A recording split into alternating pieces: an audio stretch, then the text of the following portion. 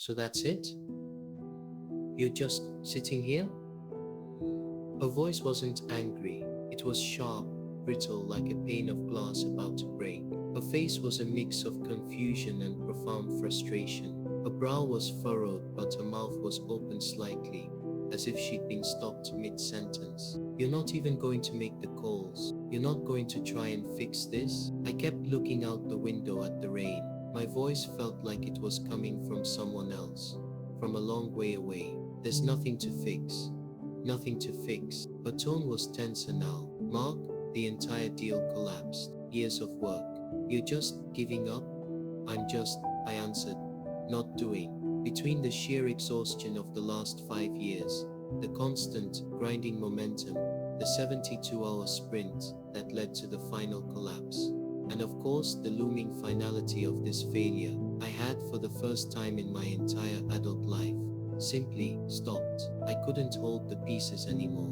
More so, I just didn't care to. It's not that I lost care for everything. I still cared. It's just that I stopped caring about the things that didn't matter. At least not to me. Not anymore. I didn't care about being perceived as the fixer. I didn't care about having the strategy.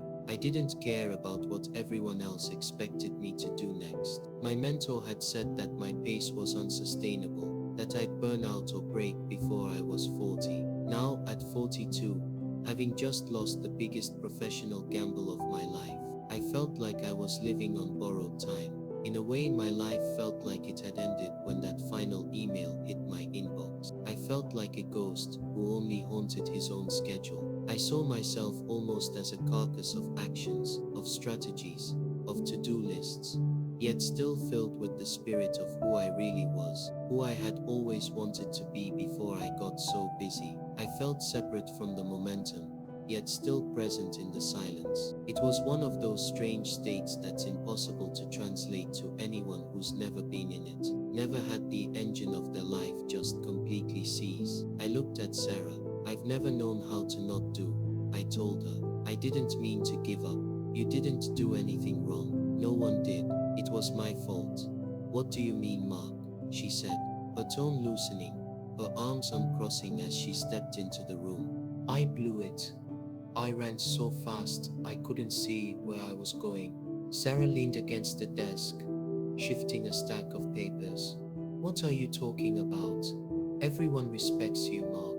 Everyone I've ever known that's worked with you, that's seen you in a crisis, relied on you, relies on you. I looked back out the window. Her face was softer now, just confused. She realized this wasn't about the deal or her. My whole life, I was so worried about whether or not people relied on me. I did everything I could to ensure that everyone did, that everyone thought I was the most competent guy in the room. Oh, Mark will handle it. He's this and he's that. I changed so much about my life to make sure that happened. In days, in projects, in years. I always went this way instead of that way to ensure that I did what people needed, that I had the solution. I cared so much about how I was experienced as a function in the minds of everyone else that I never even really experienced me in my own. Mark, that just makes you a good leader. You take responsibility, you care. It's a good thing.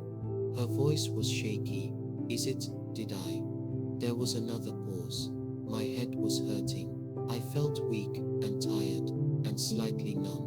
I felt a strange lucidity amidst the disorientation though. Sarah just sat there waiting. I cared about the motion. I continued.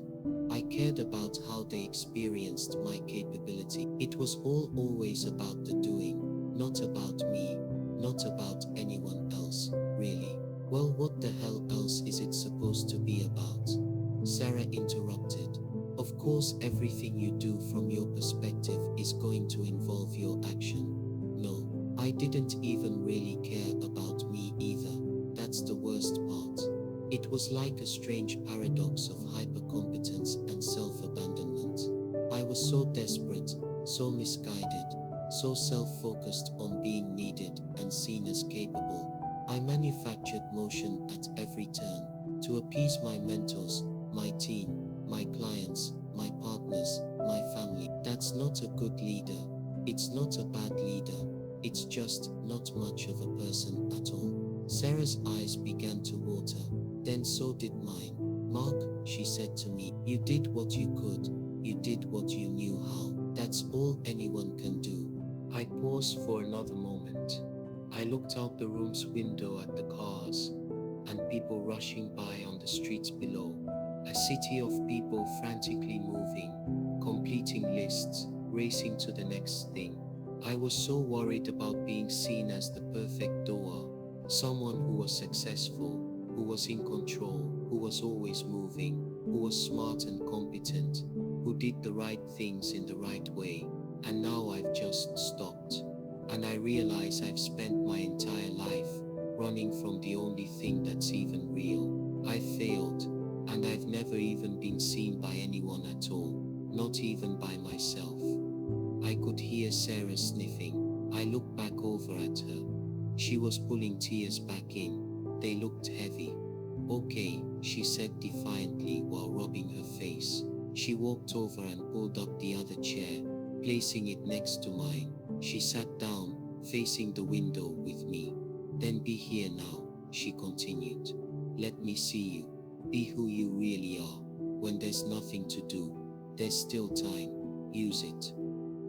Thank you for being here, and I'll see you in the next reflection.